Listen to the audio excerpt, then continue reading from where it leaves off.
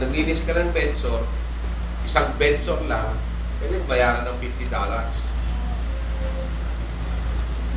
an hour. $50 an hour.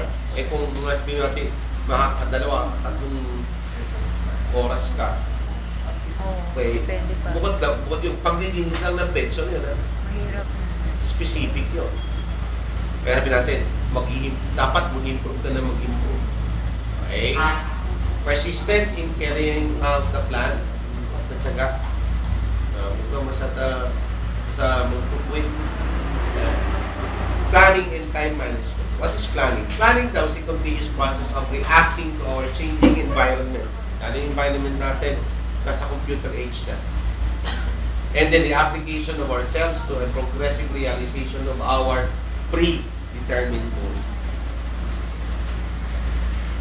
Bago-bago, parang cellphone, parang computer, pag-isip mo kinabukasan, may bago na naman. Parang virus sa computer. Every minute, every second of the day, mayroong mga taong pasaway na talagang ang purpose nila in life ay gumawa ng virus sa computer.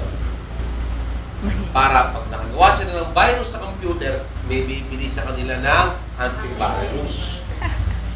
Sinisiya. Dati katangan-tanga ko dyan sa virus. Alam mo yung virus ay ano yun eh. Yung virus airborne yan. Diba? Pati ka ako pala yung